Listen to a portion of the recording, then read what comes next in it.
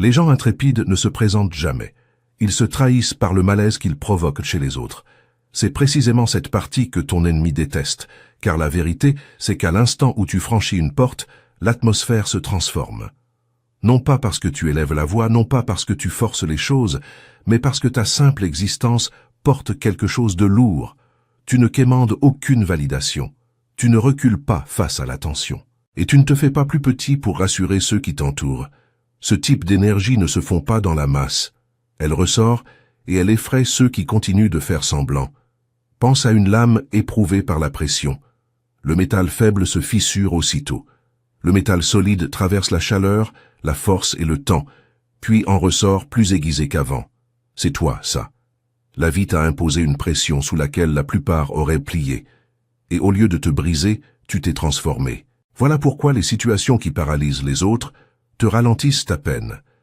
Et maintenant, voici un fait qui vient appuyer tout ça. Les recherches en psychologie démontrent que ceux qui traversent un stress prolongé et des épreuves difficiles développent souvent un meilleur contrôle émotionnel, une prise de décision plus vive et une identité plus affirmée. En termes simples, la douleur ne t'a pas rendu fragile. Elle t'a entraîné. Et ceux qui t'observent le perçoivent, même sans le comprendre. C'est pour ça qu'ils parlent à voix basse, encore et encore, parfois avec admiration, parfois avec confusion, parfois avec jalousie. Parce qu'une intelligence intrépide est rare, et quand elle apparaît, elle bouleverse la pièce entière. Et avant d'aller plus loin, merci, élu, d'être présent et de reconnaître ce message. Si cela résonne en toi, n'oublie pas de transmettre cette énergie en appuyant sur « j'aime » et en t'abonnant. Non pas par ego, non pas pour les chiffres, mais parce que répandre la clarté et la force compte réellement. Quand ce message atteint les bonnes personnes, il crée un élan. Tu fais partie de cette force. Et être ici prouve que tu le sais déjà. Maintenant, revenons à la vérité qu'ils ne peuvent ignorer. Les gens n'arrêtent pas de parler de toi. Et ce ne sont pas des conversations anodines, ce ne sont ni des bavardages, ni des ragots pour se divertir. C'est ce genre de discussion qui surgit quand quelqu'un se sent défié par ta simple présence. Quand ta confiance tranquille l'oblige à remettre en question ses propres limites, quand ton silence résonne plus fort que son vacarme, on te perçoit comme intrépide. Non pas parce que tu te jettes dans le danger, mais parce que tu ne paniques pas quand les choses deviennent inconfortables.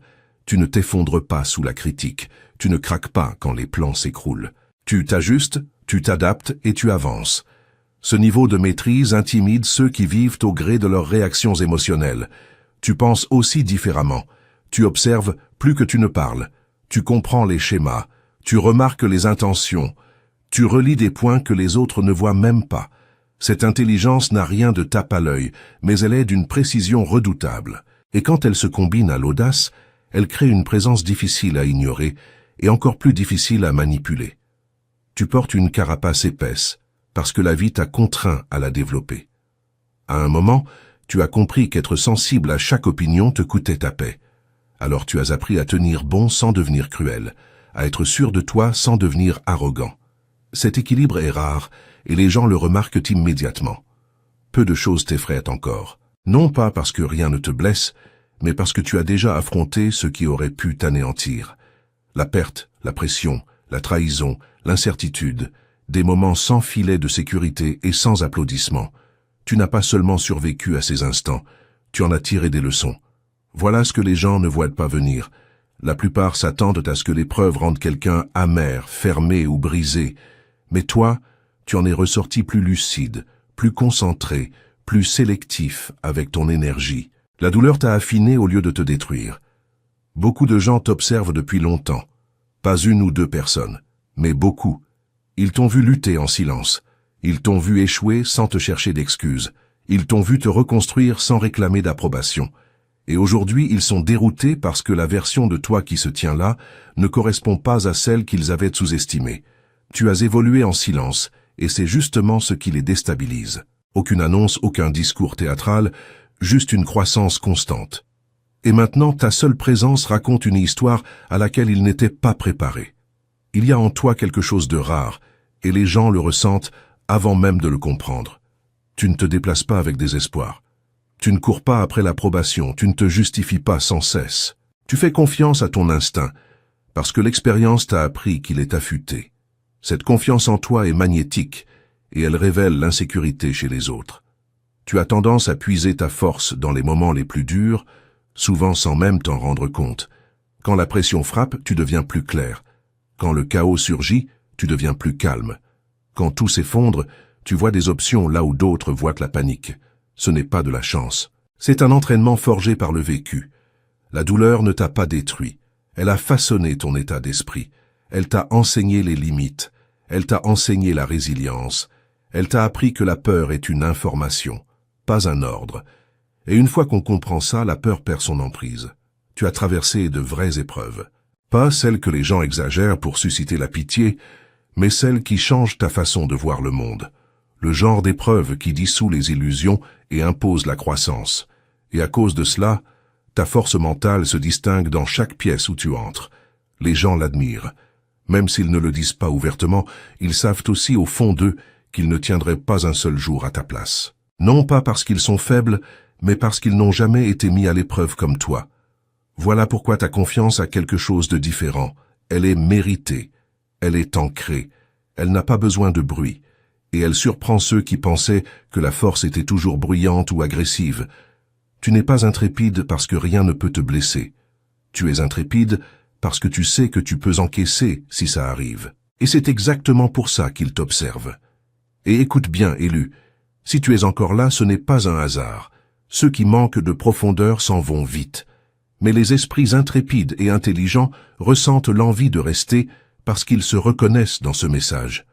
Ce que tu t'apprêtes à entendre n'a rien d'une motivation de surface, c'est de la clarté, le genre qui explique pourquoi ta présence déstabilise les gens et pourquoi ta confiance diffère de celle des autres. Si ce message te touche déjà, prends une seconde pour le soutenir. Appuie sur « J'aime ». Abonne-toi ou laisse un commentaire pour signaler à l'algorithme que cette vérité mérite d'aller plus loin. Ce petit geste aide ce message à atteindre d'autres personnes qui réalisent en silence qu'elles aussi sont différentes. Tu ne fais pas monter une chaîne, tu propulses un élan. Et si tu ressens vraiment tout ça, laisse un commentaire avec un chiffre qui représente pour toi la force ou la clarté. Pas par superstition, mais par intention. Parce que les intrépides agissent avec intention, même dans les petits gestes. Maintenant, respire. Reste concentré. Nous allons décomposer tout ça, étape par étape, calmement et clairement. Et si tu es vraiment aussi intrépide et intelligent que le titre le décrit, tu vas le sentir. Tu n'auras pas envie de sauter des passages. Tu n'auras pas envie de partir trop tôt. Entrons dans le vif du sujet. Premièrement, l'intrépidité ne s'apprend pas. Elle se mérite en survivant à ce qui était censé te détruire. Ils n'ont pas peur de ta confiance. Ils ont peur parce que tu ne t'es pas brisé là où eux se seraient effondrés. C'est ça, le coup de poing. C'est la vérité que personne de l'autre côté ne veut avouer à voix haute. Ton intrépidité n'est pas un trait de caractère glané dans un livre ou copié sur quelqu'un en ligne. C'est le résultat de la pression, de la perte, du silence, et de ces instants où abandonner aurait été plus facile et plus accepté socialement. Tu n'es pas devenu intrépide par envie d'impressionner. Tu es devenu intrépide parce que la peur a cessé d'avoir prise sur toi. C'est cette partie qui déroute les gens. Ils supposent que la confiance naît des éloges, du soutien ou d'un parcours sans embûches. La tienne, non. La tienne est née d'avoir été mis à l'épreuve encore et encore, jusqu'à ce que la peur perde son autorité. Quand tu as déjà traversé le chaos, les problèmes du quotidien ne ressemblent plus à des urgences. Pendant que les autres s'affolent, ruminent ou se figent, tu restes ancré. Non pas parce que tu es insensible, mais parce que tu es calibré. Vois ça ainsi. Une personne qui n'a jamais connu de tempête panique sous une forte pluie. Celui qui a survécu à des ouragans sait faire la différence entre le bruit et le vrai danger. Tu as traversé assez de tempêtes intérieures pour que la pression extérieure ne t'impressionne plus. Ce n'est pas de l'arrogance, c'est de l'expérience. Et les gens le ressentent aussitôt. Ils n'ont peut-être pas les mots pour le décrire, mais leur système nerveux le capte. Ton calme sous la pression, ton refus de mendier l'approbation, ta capacité à demeurer dans le silence sans t'agiter pour le combler. Ce n'est pas un comportement appris, c'est un sang-froid mérité. Une question qui revient souvent à ce stade est « Pourquoi les gens réagissent-ils de façon si étrange avec moi ?» Voici la réponse. Tu représentes un niveau de confiance en soi qu'ils n'ont pas encore construit. Ta présence met en lumière leur propre réaction de peur. Tu n'as même rien à dire. Le simple fait d'exister comme tu le fais révèle la différence. Une autre question que tu te poses peut-être en silence est « Pourquoi ai-je l'impression de ne trouver ma place nulle part ?» Parce que les systèmes fondés sur la peur ne savent pas quoi faire de quelqu'un qui n'est pas gouverné par la peur. Tu ne fonctionnes ni à la panique, ni à la quête d'approbation, ni à la dépendance émotionnelle. Cela te rend imprévisible aux yeux de ceux qui s'appuient sur ces dynamiques pour se sentir en sécurité. Ton audace ne s'enseigne pas parce qu'elle ne vient pas de la théorie. Elle vient de la survie, de ces moments où il n'y avait ni réconfort, ni garantie, ni public. Tu as appris à tenir bon quand personne n'applaudissait. Voilà pourquoi les applaudissements n'ont aucune emprise sur toi. Maintenant, voici ce que la plupart des gens ne réalisent pas. L'intrépidité n'est pas bruyante. Elle ne s'annonce pas. Elle se manifeste par la stabilité, par la retenue, par quelqu'un qui ne se précipite pas pour prouver quoi que ce soit. C'est pour ça que ton énergie paraît lourde à certains. Ils confondent la certitude tranquille avec l'intimidation. Le camp ennemi déteste une chose par-dessus tout, le fait que tu ne sois pas devenu amer. Tu n'es pas devenu imprudent. Tu ne t'es pas autodétruit. Tu t'es adapté. Tu t'es affiné. Tu t'es aiguisé. C'est ça qu'ils n'avaient pas prévu. Imagine quelqu'un essayant d'effrayer un lion avec du bruit. Ça marche peut-être sur les petits animaux, mais pas sur une créature qui connaît sa propre force. Tu as atteint un point où la manipulation émotionnelle, les tactiques de pression et les menaces vides ne portent plus comme avant. Les gens le sentent. Et quand les tactiques de peur échouent, les personnes insécures paniquent. Une autre pensée qui te traverse souvent l'esprit est « Pourquoi les gens m'observent-ils de si près désormais ?» Parce que tu as déjà franchi une ligne qu'ils ont peur d'approcher. Tu as prouvé, sans même le dire, qu'il est possible de vivre sans être gouverné par la peur. Cela fait de toi un point de référence, une comparaison. Et les comparaisons mettent mal à l'aise les personnes insécures. Ton intrépidité s'accompagne aussi d'intelligence. Pas une intelligence académique, mais une conscience de la situation. Tu lis l'énergie, tu perçois les schémas, tu comprends les conséquences. Tu ne te lances pas à l'aveugle. Cette combinaison est dangereuse dans le meilleur sens du terme. Elle signifie que tu n'as pas besoin de dominer. Tu as juste besoin de voir clair. Voici une vérité dure qui joue en ta faveur. La plupart des gens ne développent jamais un vrai courage parce qu'ils fuient l'inconfort à tout prix. Toi, tu n'as pas eu ce luxe. L'inconfort t'a trouvé tôt et au lieu de fuir, tu as appris à te tenir debout au cœur de lui. C'est pour ça que ta confiance ne se fissure pas sous le stress. L'ennemi veut que les intrépides s'épuisent ou se sabotent. Toi, tu n'as fait ni l'un ni l'autre. Tu as appris le rythme, tu as appris les limites, tu as appris quand parler et quand le silence est le choix le plus judicieux. C'est de la force stratégique, pas de la chance. Tu te demandes peut-être pourquoi mon calme irrite-t-il certaines personnes.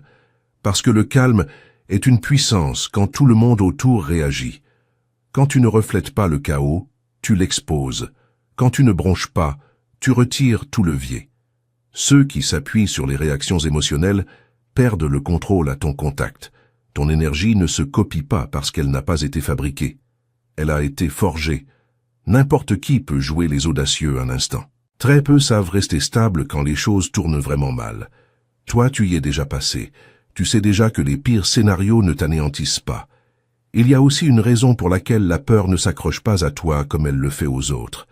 Tu te fais confiance, pas aveuglément, mais de façon réaliste. Tu sais que tu peux trouver des solutions. Cette confiance intérieure change tout.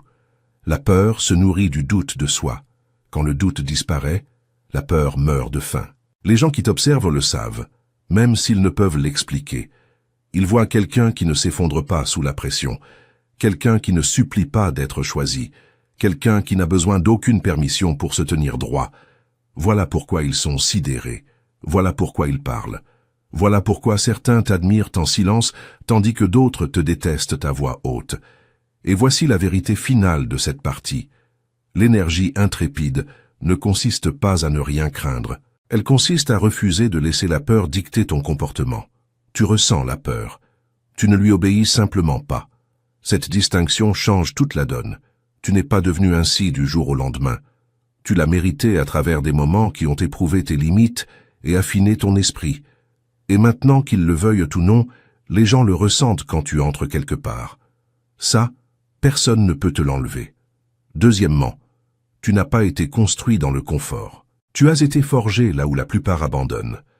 Les gens admirent la force, mais jamais ils ne se porteraient volontaires pour le prix que tu as payé afin de l'acquérir. Cette phrase à elle seule explique tout. Ta puissance n'est pas née d'un environnement sûr, d'un bon timing ou de choses qui tournent en ta faveur. Elle est née de la friction, de la pression, de ces moments où le confort n'était pas une option et où la faiblesse n'avait pas le droit de survivre. Tu ne t'es pas réveillé fort. Tu as été façonné par des situations qui exigeaient la force ou punissaient l'hésitation. Voici ce qui te distingue de la foule. Quand la vie est devenue dure, tu n'es pas devenu mou. Tu n'as pas cherché de raccourci, de distraction, ou quelqu'un pour te sauver.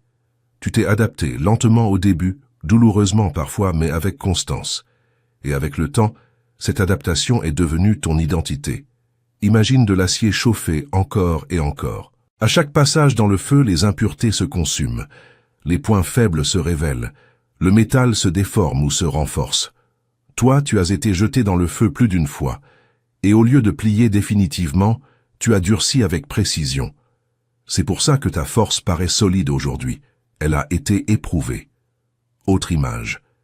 Imagine quelqu'un apprenant à nager dans une eau calme face à quelqu'un qui a appris parce qu'on l'a jeté dans les vagues déchaînées. L'un acquiert une technique, l'autre apprend la survie. Toi, tu as d'abord appris la survie. La technique est venue ensuite. C'est pour ça que quand les choses deviennent chaotiques, tu ne paniques pas. Tu ajustes ta respiration et tu avances. Une question qui revient souvent dans ton esprit est « Pourquoi ai-je eu l'impression de devoir grandir plus vite que tout le monde ?» Parce que l'épreuve accélère la conscience, elle impose la clarté, elle dissout les illusions. Pendant que d'autres étaient protégés par le confort, toi tu étais entraîné par la réalité. Cet entraînement est venu avec des cicatrices, mais aussi avec de la profondeur. Voici une phrase dure qui frappe l'ennemi là où ça fait mal. Tu ne m'as pas dépassé. Tu as surpassé la douleur pendant que je la fuyais. Ceux qui sont restés dans le confort ne comprennent pas ta force parce qu'ils n'ont jamais eu à la bâtir. Ils confondent la facilité avec l'intelligence et la stabilité avec la résilience. Autre métaphore. Imagine porter un poids chaque jour sans que personne ne le remarque. Au début, c'est insupportable.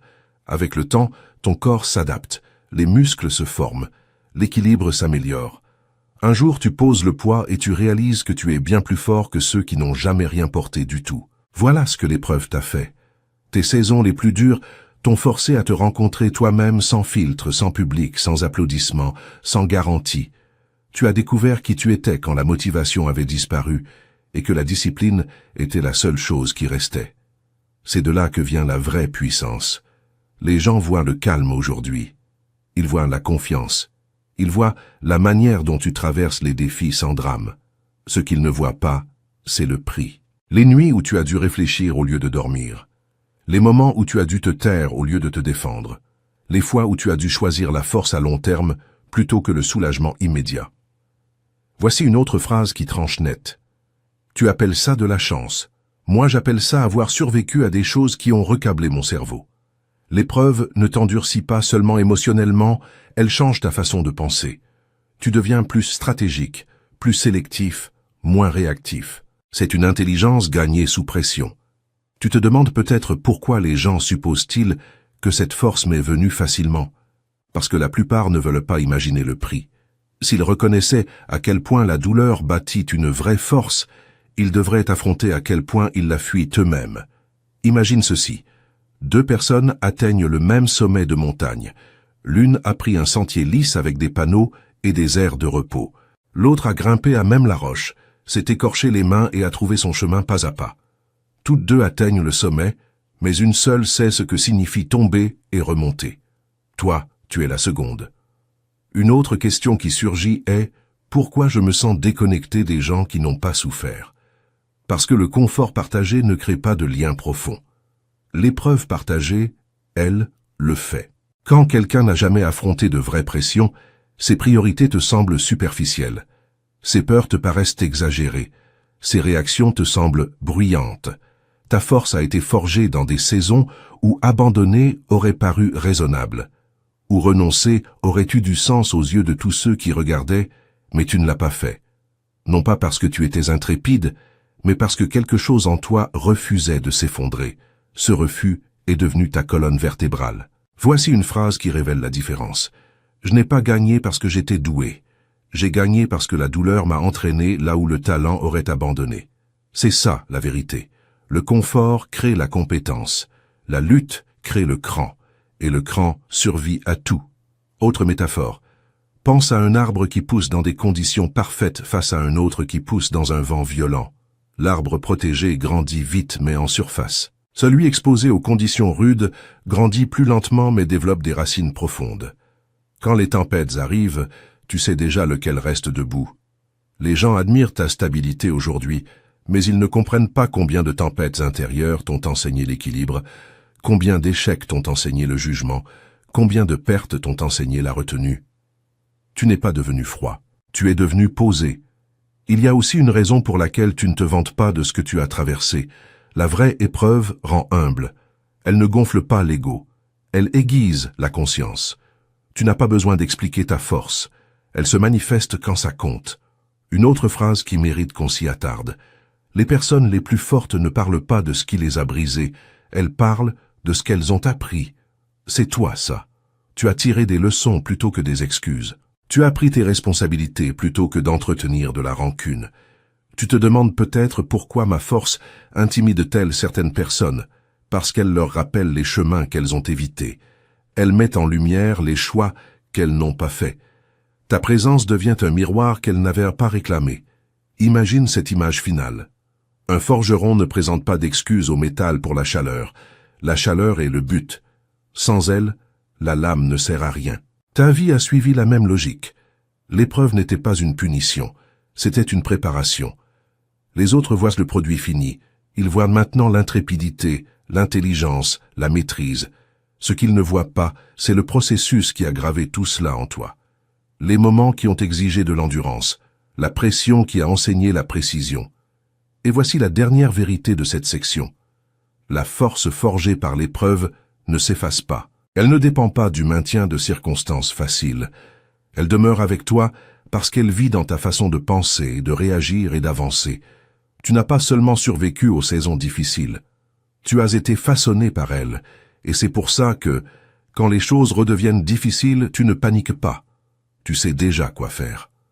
Troisièmement, il ne se contente pas de te remarquer, il t'étudie comme un problème qu'il n'arrive pas à résoudre. L'admiration est bruyante. L'obsession est silencieuse. Et c'est précisément depuis ce silence qu'il t'observe. Voici la vérité que la plupart ne diront pas à voix haute. Tu n'es pas seulement respecté.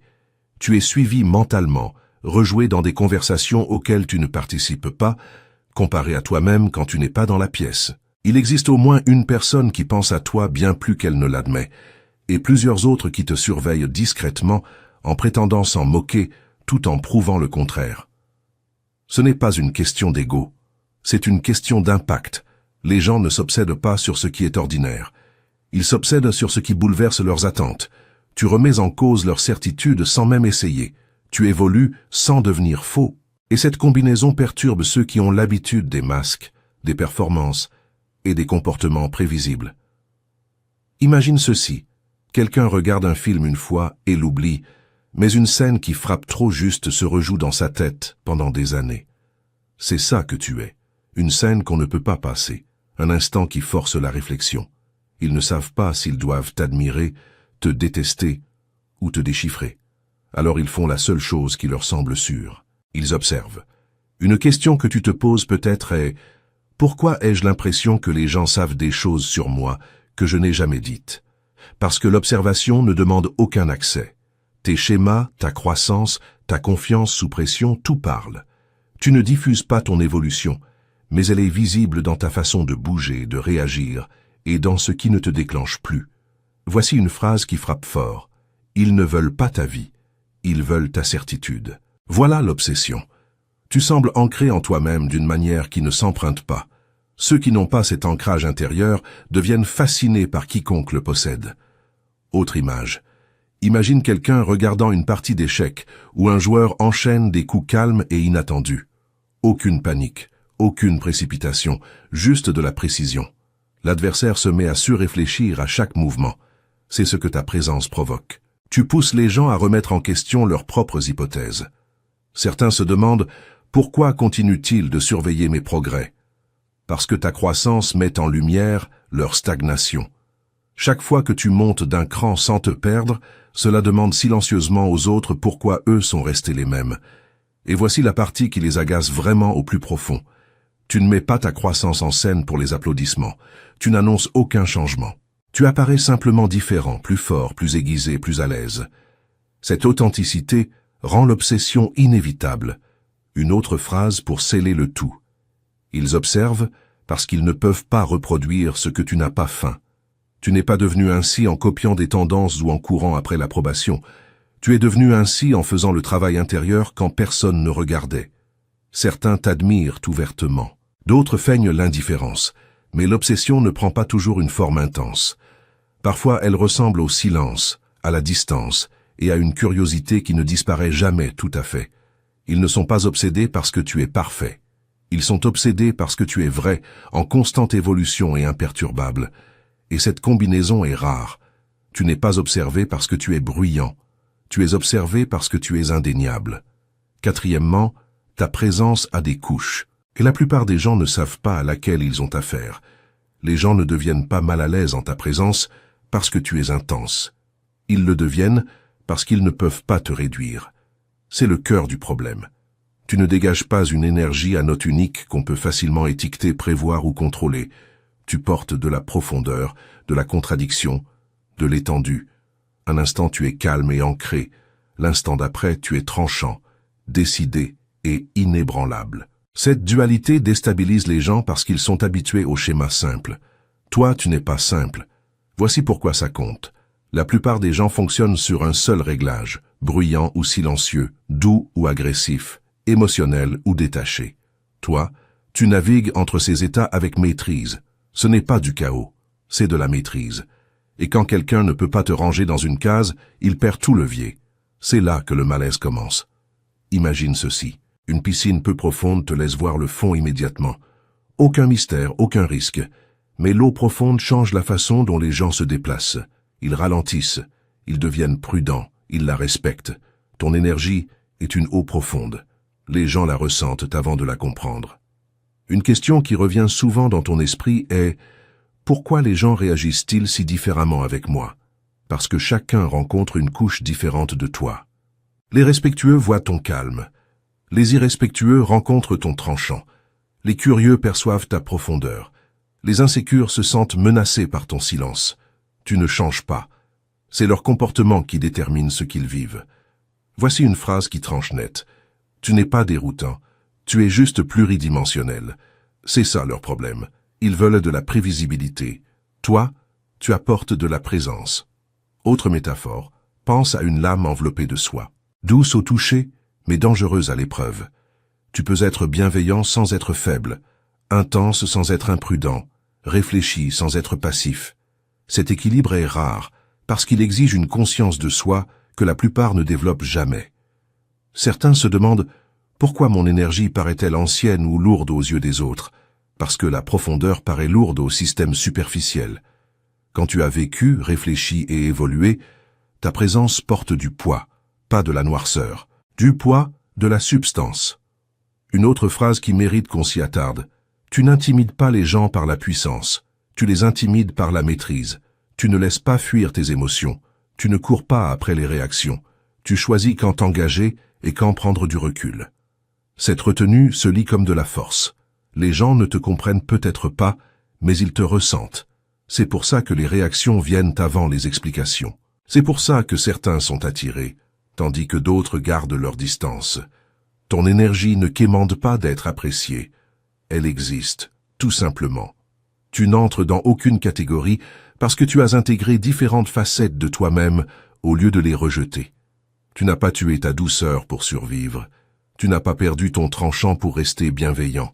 Tu as appris l'équilibre. Et cet équilibre est précisément ce qui fait que ta présence persiste après ton départ de la pièce.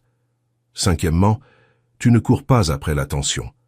C'est elle qui trébuche en essayant de te rejoindre. Courir est bruyant. La gravité est silencieuse. Et toi, tu fonctionnes comme la gravité. C'est la différence que les gens ressentent sans pouvoir l'expliquer. Tu n'essaies pas d'être vu, pourtant les regards te suivent. Tu ne joues aucun rôle. Pourtant, la curiosité se verrouille sur toi. Ce n'est pas un charisme que tu as travaillé, ni une confiance que tu répètes. C'est de la présence. Le genre qui ne se déplace pas vers les gens mais qui les attire sans effort. Voici ce qui les déroute. La plupart des quêtes d'attention sont désespérées. Elles réclament, elles signalent, elles se justifient trop. Toi, tu ne fais rien de tout ça. Tu restes stable dans qui tu es. Et cette stabilité devient la chose la plus bruyante de la pièce. Le silence, quand il s'appuie sur la certitude, devient magnétique. Imagine un feu de camp dans l'obscurité. Il ne court après personne, il ne crie pas. Il brûle simplement avec constance. Les gens s'en rapprochent sans savoir pourquoi. C'est toi, ça. Ton intelligence se voit dans le peu que tu dis. Ta confiance se voit dans ce que tu n'as pas besoin de prouver. Et la profondeur attire toujours la curiosité, parce qu'elle promet quelque chose de réel sous la surface. Une question qui te traverse souvent l'esprit est « Pourquoi les gens me remarquent-ils même quand je ne fais rien ?» Parce que l'absence d'effort signale la sécurité. Quand quelqu'un ne se démène pas pour obtenir de la validation, cela indique au monde qu'il possède déjà quelque chose de solide en lui. Ce calme, cette autosuffisance sont rares. Et les choses rares attirent naturellement l'attention. Voici une phrase qui frappe fort. Tu n'es pas intéressant parce que tu es bruyant. Tu es intéressant parce que tu es complet. Les gens ressentent cette plénitude. Ils sentent qu'il y a plus sous la surface, plus de couches qui ne sont pas distribuées librement. Autre métaphore. Pense à une porte fermée face à une porte ouverte. Tout le monde franchit ce qui est ouvert. Mais une porte fermée pousse les gens à se demander ce qu'il y a derrière. Tu n'en dis pas trop. Tu ne te disperses pas. Tu accordes l'accès de façon sélective. Cette retenue crée l'intrigue. Certains se demandent peut-être pourquoi cette attention paraît-elle parfois intense. Parce que l'intelligence, plus le sang-froid, plus la profondeur, crée une tension. Pas uniquement sexuelle, pas uniquement émotionnelle, existentielle. Tu représentes quelque chose que les gens désirent, mais n'ont pas encore bâti. Une autre phrase qui mérite réflexion. Ils ne sont pas attirés par ton apparence. Ils sont attirés par ta possession de toi-même. Tu te déplaces comme si tu étais à ta place partout où tu vas. Cela déstabilise ceux qui ont l'impression d'emprunter leur place. Même dans le silence, tu es remarqué parce que le silence appuyé par la conscience paraît intentionnel. Il dit aux gens que tu observes, que tu ne dérives pas. Cette conscience aiguise tout en toi. Tu n'attires pas en courant. Tu attires en tenant bon. Et plus tu deviens ancré, plus il devient difficile pour les gens de ne pas ressentir ta force d'attraction. Sixièmement, quelqu'un lutte contre ses sentiments pour toi et perd le combat en silence. Il ne se cache pas parce qu'il ne ressente rien. Il se cache parce qu'il ressente trop. Il existe quelqu'un qui te maintient à distance, non pas parce que tu manques d'impact, mais parce que ton impact est trop fort. En surface, cette personne paraît maîtrisée, mesurée, peut-être même indifférente, mais ce calme est une armure. En dessous se cache la tension, l'hésitation et des émotions qu'elle ne se fait pas assez confiance pour gérer. Voici la vérité. Tu ne mets pas cette personne à l'aise. Tu la rends consciente. Consciente de sa propre vulnérabilité. Consciente du peu de contrôle qu'elle aurait si elle se laissait aller à s'approcher. Et cette prise de conscience effraie ceux qui s'appuient sur des murs émotionnels pour se sentir en sécurité. Imagine ceci. Quelqu'un se tient au bord d'une eau profonde. Il sait nager, mais il sait aussi qu'une fois qu'il aura sauté, il n'y aura plus de faux semblants. C'est ainsi que tu te présentes à cette personne. Sûr, mais pas superficiel. Attirant, mais pas anodin. Tu représentes la profondeur, et la profondeur exige l'honnêteté. Une question que tu te poses peut-être est « Pourquoi agit-elle avec distance alors qu'il y a une tension évidente ?» Parce que la distance ressemble à du contrôle. Se rapprocher signifierait s'exposer. Et l'exposition est risquée quand les sentiments ne sont ni légers ni passagers. Voici une phrase qui perce droit à travers la façade. Il ne redoute pas le rejet. Il redoute l'attachement. Tu ne déclenches pas l'insécurité en étant meilleur. Tu la déclenches en étant vrai. Ta présence rend le fait de se cacher plus difficile. Autre métaphore. Pense à un coffre-fort verrouillé qui renferme quelque chose de précieux. Plus la valeur est grande, plus la serrure est solide. Les sentiments de cette personne envers toi ne sont pas faibles. Ils sont contenus avec soin, parfois douloureusement. Tu remarques peut-être des signes subtils, des pauses plus longues, des regards qui s'attardent trop, des réactions légèrement retardées ou trop contenues. Ce n'est pas du désintérêt, c'est une négociation intérieure. Cette personne décide sans cesse combien d'elle-même révéler. Une autre phrase qui mérite qu'on s'y attarde. Les sentiments forts ne se précipitent pas. Ils hésitent. Ceux qui ressentent profondément ne flirtent pas à la légère. Ils calculent. Ils se protègent. Ils reculent même quand ils voudraient se rapprocher. Quand cette personne finira par t'approcher, tu n'auras pas besoin de mots pour le comprendre. Tu ressentiras le poids immédiatement. Le sérieux, la concentration, l'intensité qui ne vient pas de la seule attirance, mais de la reconnaissance. Encore une vérité. Tu ne la rends pas nerveuse parce que tu es intimidant. Tu la rends nerveuse parce qu'elle sent que tu ne jouerais à aucun jeu. Et cela signifie que quoi qu'il arrive, ce serait réel. Et le réel est la seule chose à laquelle elle ne s'est pas préparée. Septièmement, tu ne projettes pas le désir. Tu le déclenches sans lever le petit doigt. Il ne fantasme pas parce que tu essaies. Il fantasme parce que ton esprit va plus vite que leur défense. Soyons clairs dès le départ. Ce n'est pas qu'une question d'apparence. Une attirance fondée uniquement sur le physique brûle vite et meurt en silence. Ce qui t'entoure est différent. C'est de l'attention. C'est de la curiosité mêlée d'intelligence.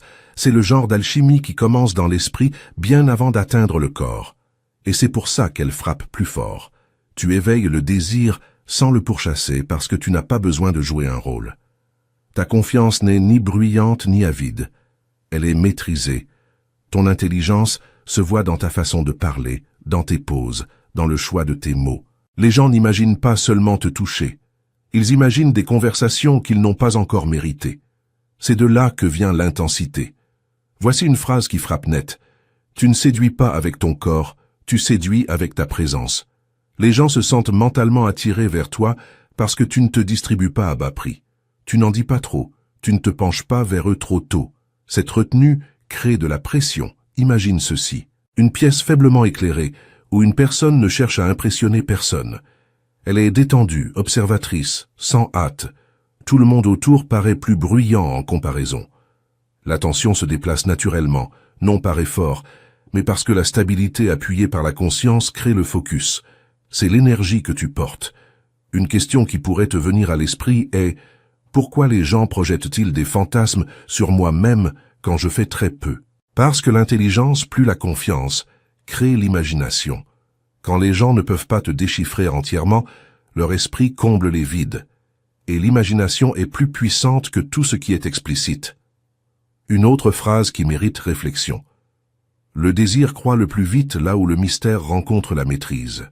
Tu ne partages pas trop tes pensées ni tes intentions.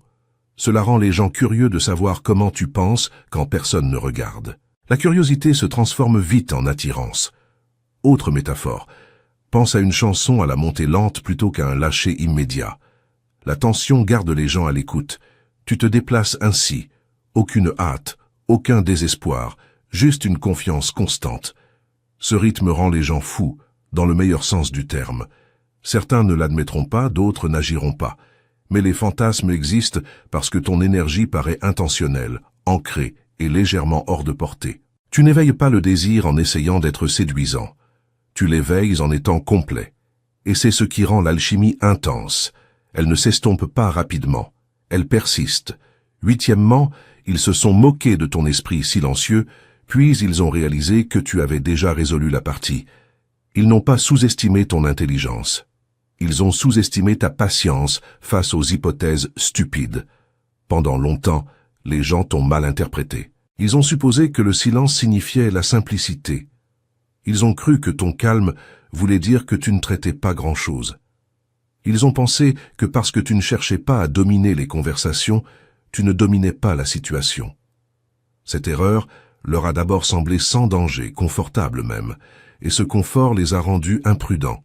Ton esprit ne fonctionne pas à la vitesse de surface, il fonctionne en profondeur. Pendant que les autres réagissent, toi tu analyses. Pendant qu'ils courent après les victoires immédiates, toi tu cartographies les issues. Tu ne te précipites pas pour parler parce que tu es déjà 3 conclusions plus loin. Une intelligence pareille n'a pas besoin de volume. Elle a besoin de timing. Imagine ceci. 2 personnes observent la même situation. L'une réagit à ce qui est visible. L'autre observe ce qui manque. Toi, tu es la seconde. Tu remarques les incohérences, les intentions et les schémas que la plupart des gens survolent. C'est pour ça que ton discernement les frappe en retard. Ils ne l'ont pas vu se former. Une question que tu t'es peut-être posée est « Pourquoi les gens me traitent-ils soudain différemment ?» Parce que les résultats révèlent la pensée. Une fois que les issues apparaissent, il n'y a plus moyen de nier l'esprit qui les a produites. Tes idées se mettent à avoir du sens après avoir déjà été rejetées. Ce décalage est là où naît la stupeur.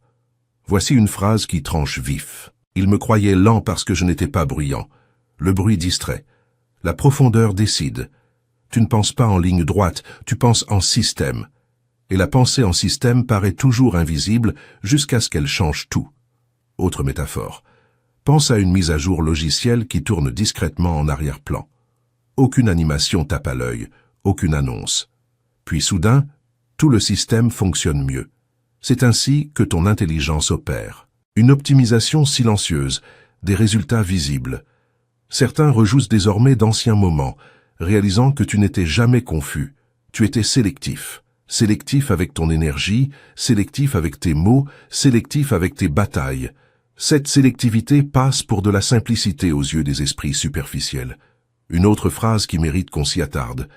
Les gens les plus intelligents sont rarement sous-estimés par hasard. Les gens projettent leurs propres limites. Ils ont supposé que tu pensais comme eux. Cette supposition a échoué. Maintenant, ils rattrapent leur retard, non pas vers ton niveau, mais vers la réalisation qu'ils ne t'ont jamais vraiment compris. Et cette réalisation les stupéfie parce qu'elle arrive trop tard pour changer le déroulement des choses. Ton intelligence n'est pas apparue soudainement.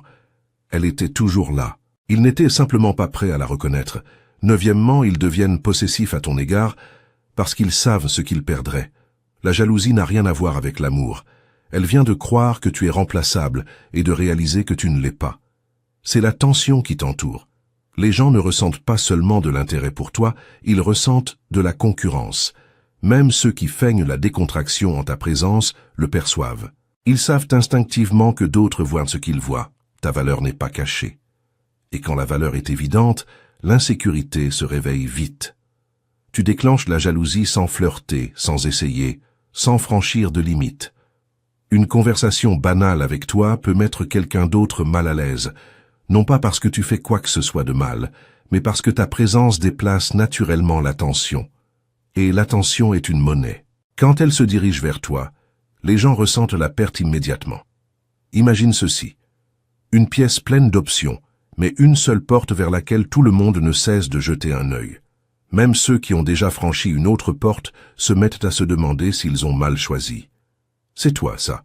Ni bruyant, ni agressif, juste discrètement désirable.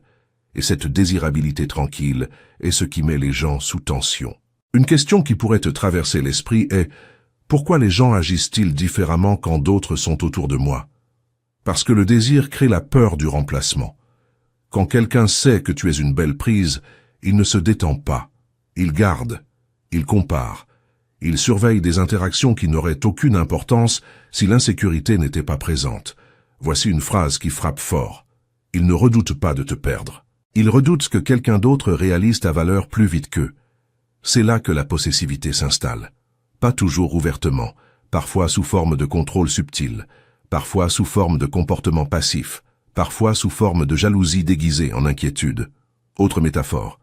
Pense à un objet rare dans un marché bondé. Même ceux qui n'avaient pas prévu de l'acheter se mettent à rôder une fois qu'ils voient l'intérêt grandir. Ta valeur devient plus évidente quand d'autres la remarquent aussi.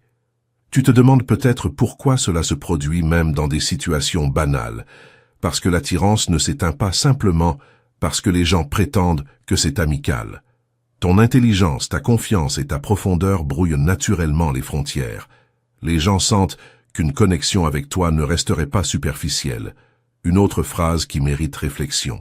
L'insécurité devient bruyante quand la valeur entre dans la pièce.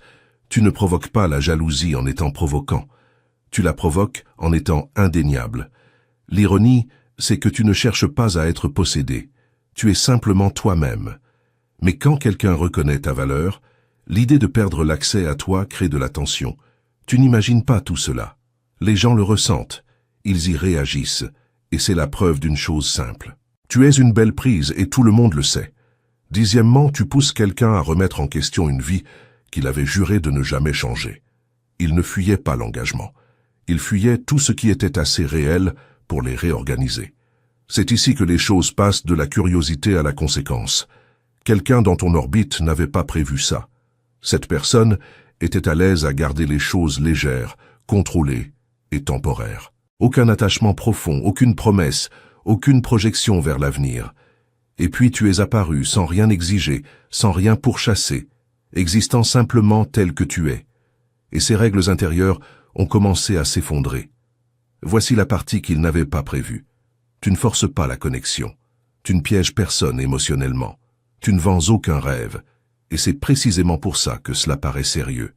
Tu n'as besoin de convaincre personne de rester. Tu donnes aux gens l'envie de rester parce qu'être à tes côtés semble solide, intelligent et ancrant. Imagine quelqu'un traversant la vie avec une stratégie de sortie pour tout. Toujours un pied dehors. Puis soudain, il se retrouve dans un endroit où partir ressemblerait à une perte, pas à un soulagement. C'est ce que tu as déclenché. Ni pression, ni culpabilité. De la conscience. Une question que tu te poses peut-être est « Pourquoi cela paraît-il différent des intérêts passés ?» Parce que ce n'est pas une impulsion. C'est de la reconnaissance. Cette personne perçoit un potentiel à long terme, non pas parce que tu as promis quoi que ce soit, mais parce que ta constance rend le chaos peu attirant. Voici une phrase qui perce droit à travers le bruit. La vraie connexion ne te presse pas. Elle te pousse à repenser ce que tu croyais vouloir. C'est exactement ce qui se produit. Ces sentiments n'ont pas explosé du jour au lendemain. Ils ont grandi en silence, avec constance, avec du poids. Autre métaphore. Pense à quelqu'un habitué à la restauration rapide qui goûte soudain un vrai repas cuisiné avec soin. Revenir en arrière devient impossible. C'est ça, le changement. Tu ne l'as pas piégé. Tu as élevé le niveau d'exigence. Cette personne va peut-être hésiter. Elle va peut-être surréfléchir. Non pas parce qu'elle doute de toi, mais parce qu'elle est consciente des implications. Se rapprocher signifie changer ses schémas, lâcher ses vieilles habitudes, être vu entièrement. Une autre phrase qui mérite qu'on s'y attarde. Les sentiments les plus effrayants ne sont pas les plus bruyants, ce sont ceux qui paraissent permanents.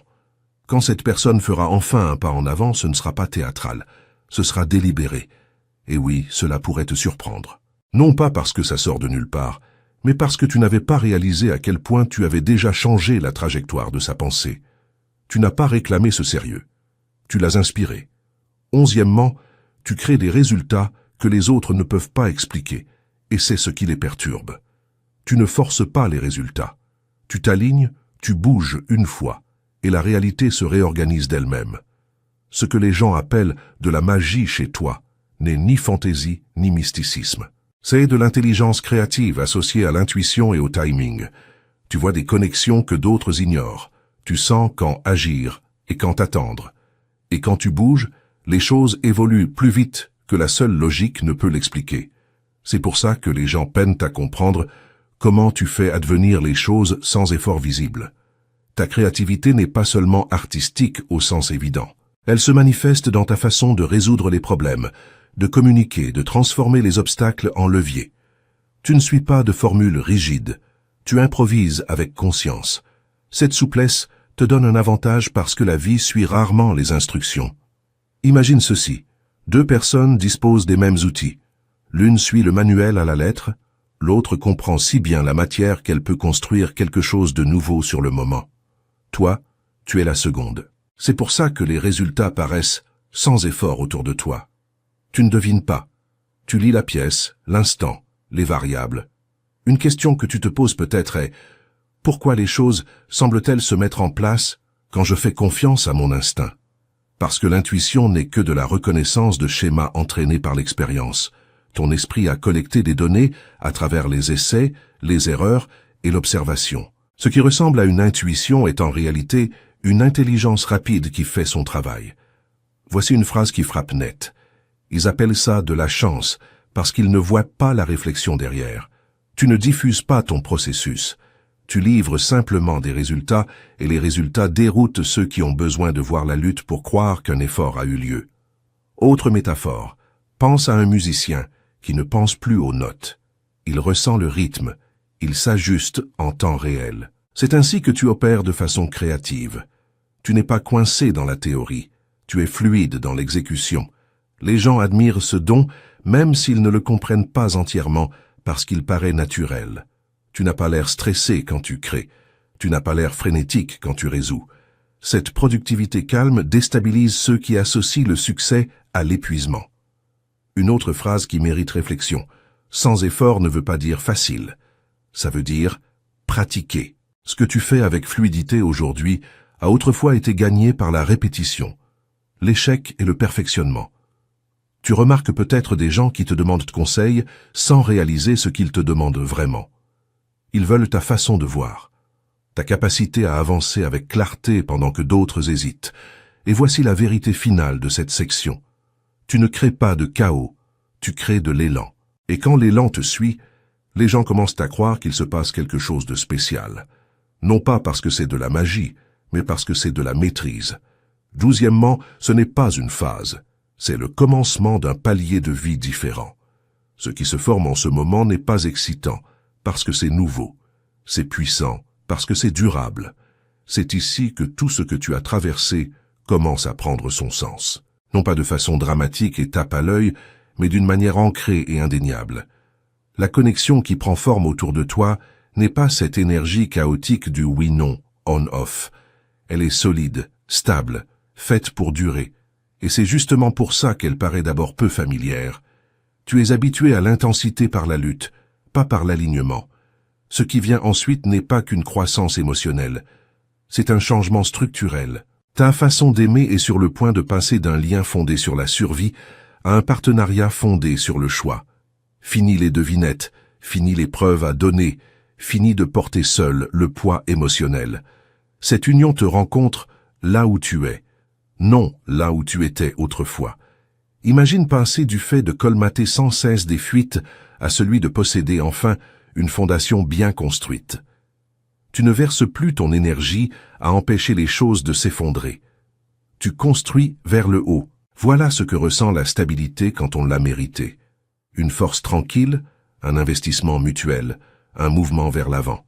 Une question que tu te poses peut-être est « Pourquoi cela paraît-il sérieux sans être lourd ?» Parce que l'abondance ne crée pas de pression.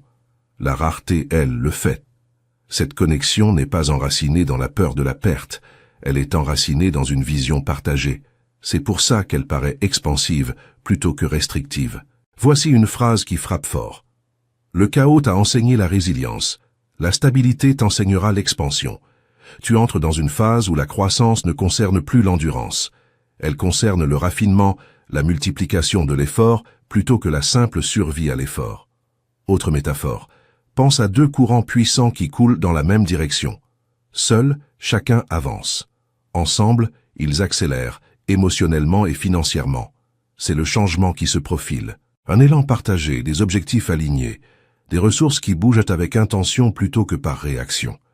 Tu remarqueras peut-être aussi comment le monde commence à te répondre différemment. On te perçoit comme plus établi, plus crédible, plus ancré. Ce n'est pas un hasard. Quand ta structure intérieure se stabilise, ta vie extérieure se réorganise pour lui correspondre. Une autre phrase qui mérite qu'on s'y attarde, quand ta fondation est solide, tout ce que tu bâtis dure plus longtemps. Cela s'applique à l'amour, au travail, à la réputation et à la direction. De grands changements se profilent, non pas parce que tu leur cours après, mais parce que tu es prêt à les accueillir. Ce prochain chapitre redéfinira la façon dont on te perçoit, ta façon de te mouvoir et ce que tu autorises à entrer dans ta vie. Tu n'entres pas dans quelque chose de fragile, tu entres dans quelque chose de puissant. Si ce message t'a parlé, ne le laisse pas s'arrêter ici. Appuie sur le bouton j'aime si ce n'est pas déjà fait. Non pas pour l'approbation, mais pour aider ce message à atteindre d'autres personnes qui réalisent en silence qu'elles aussi sont différentes. Et si tu ne fais pas encore partie de cette famille, assure-toi d'appuyer sur le bouton s'abonner et de rester connecté. Ce que nous partageons ici n'est pas du bruit superficiel, c'est de la clarté, de la force et de la vérité pour ceux qui avancent avec profondeur. Reste avec nous. Il y a plus à venir, et tu es exactement là où tu es censé être.